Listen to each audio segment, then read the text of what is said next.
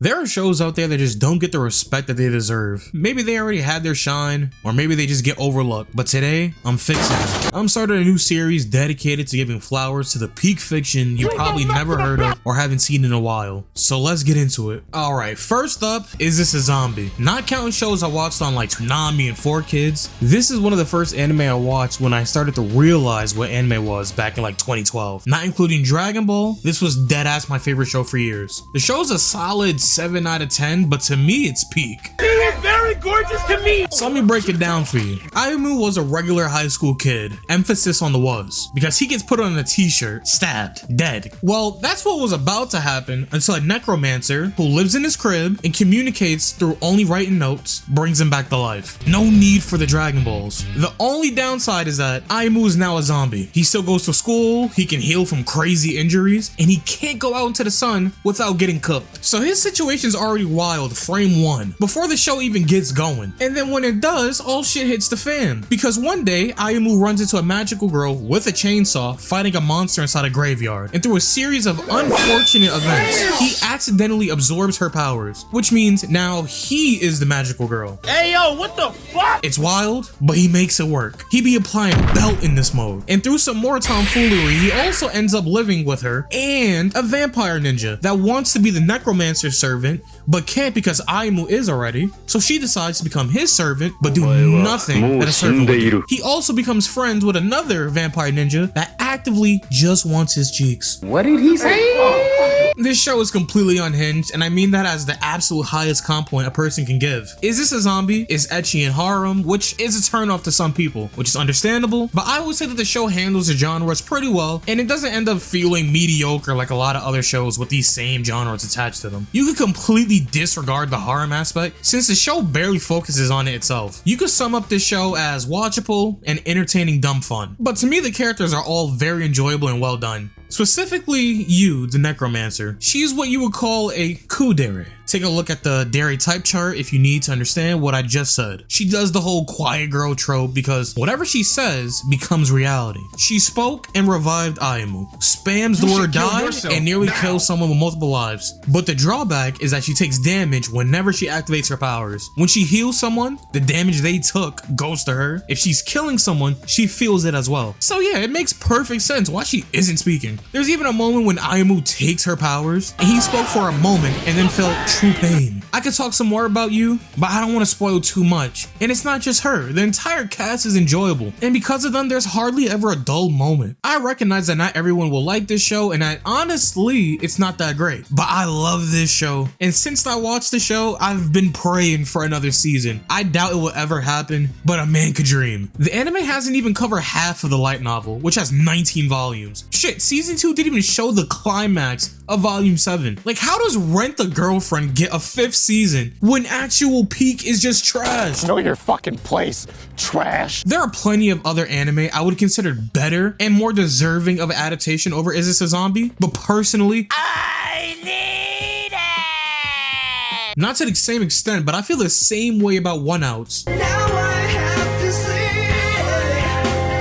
it. This is for my love. If you haven't watched One Outs, follow me when I say this because it's a stretch, but if I had to compare it to something, it's Code Geass or Death Note, but sports. Imagine a sports anime, but instead of the power of friendship and working hard to reach the nationals, the main character is just a gambler who doesn't give a shit about the sport and only uses it to chase the bread. Toa is a relief pitcher who only throws a fastball. Now, he's not throwing bombs like a professional or even like my little homie Sawamura, but he is successful because of his psychological mind games. He be on the mound hearing the Shikamaru theme and he starts rating everyone's expression, every habit, so that by the time he actually pitches, the batter's already reacting to what they think is coming instead of what actually is. He really be cooking professionals that be putting their blood, sweat, and tears into baseball while not giving a damn. Like he isn't doing this for the love of the game. He's doing it for them gold doubloons. He's essentially king pitcher when it comes to an underground gambling game called One Outs, where the rules are that 2 players face off, 1 batter, 1 pitcher. Bets are placed on if the batter can actually hit the ball before getting out. About my boy Takuchi Towa. Takuchi was deadass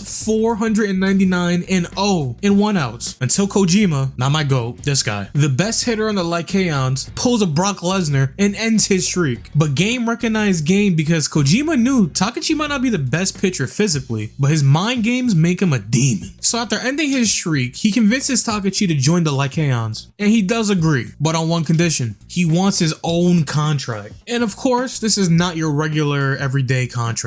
Because Towa's a gambling junkie and the owner of the team thinks that this contract's going to be to his advantage, they create a contract that states that for every out he gets, he is paid 5 million yen. But for every run he loses, he has to pay 50 million yen in return. Yeah, this is why this gambling shit ain't for everybody. This is different. Yeah, go back to your 9 to 5, bitch ass nigga. I'd never take this deal, no matter how nice I am. Because essentially, if someone hits my pitch, I'm now down 50 mil. And to simply break even, I have to get 10 outs? This shit ain't right. And that's why this isn't my story. Because Takuchi is such a demon, he be getting the bag. But you know, there are always haters preying on your downfall. The team owner was the one who made the contract with him, and he is constantly trying to sell his bag. He doesn't care if the team wins or loses. As long as Takuchi takes a L, he's happy. Bro goes to sleep and wakes up every day hoping for the worst for him. And I'm not gonna leave it at just hoping. He deadass be trying to sabotage him. He has blackmailed and bribed his teammates to screw him over, attempted to frame him for cheating, forced him to play in a way that makes it easier for the opponents to score, and makes him face people that are specialized in hitting his pitches. The man is dedicating his entire existence to making Takuchi fail. I respect the hate,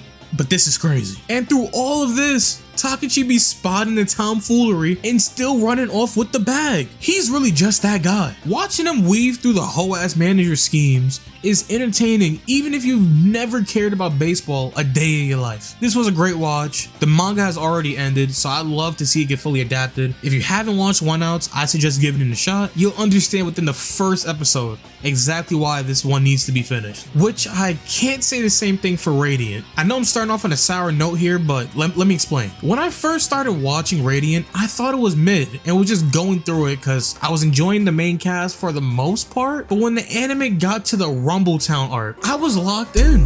The first half of season 1 is filler, but as soon as they started focusing on the actual canon events, it took such a turn upwards for me. It went from me just powering through it to hitting the just one more episode. The only reason I started watching the show was because I was watching one of these top anime opening videos, and then I heard the opening for the second season.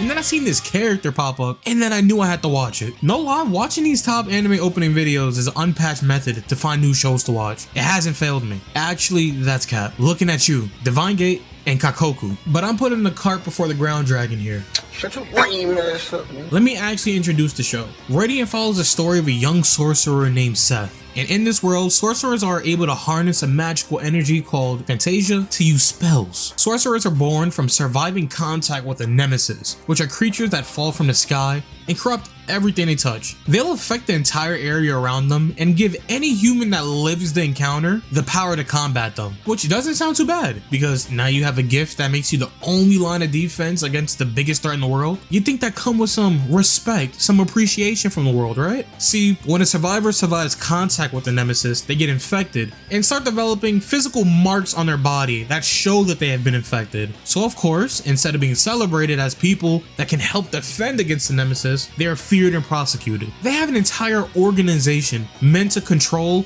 and eliminate sorcerers. So early, Seth has to deal with the fact that he wants to befriend people, but they're constantly hating on him. The story handles the topic of discrimination pretty well and doesn't feel corny and forced. So because my boy Seth has to deal with this, he decides to get to the root of the problem and destroy the main cause of the fear, the nemesis, more specifically, the source that creates them, the Radiant. So like most shonen protagonists, he sets his goal and starts his journey. Season 1 builds the foundation by introducing the main cast and lets us see how the world operates for real. I just wish that the first half of season 1 was paced better and removed all the filler leading into the Rumble Town arc. Like in the manga, the arc starts at chapter 7, while in the anime, it's at episode 11. I would say just to power through the filler because I promise, once you get to the content from the source material, you'll start sitting up in peak gaming position. Then when you watch season 2, you'll be locked in. The characters get fleshed out, the antagonists get better, and we're actually following the manga for real, the show just starts to cook. I need a third season soon. I'm trying to see more of my boy Seth. And with this said, even though I do feel like the first half of season 1 is a little I definitely still recommend giving it a shot. I'll probably make this into a little series talking about other shows I feel like should get more recognition or just at least talked about a little bit more. Put down in the comment section any of the shows I should include, like, comment, subscribe, and if you want to stick around for a little longer, this video might interest you. And on that note, I hope you all have a great day.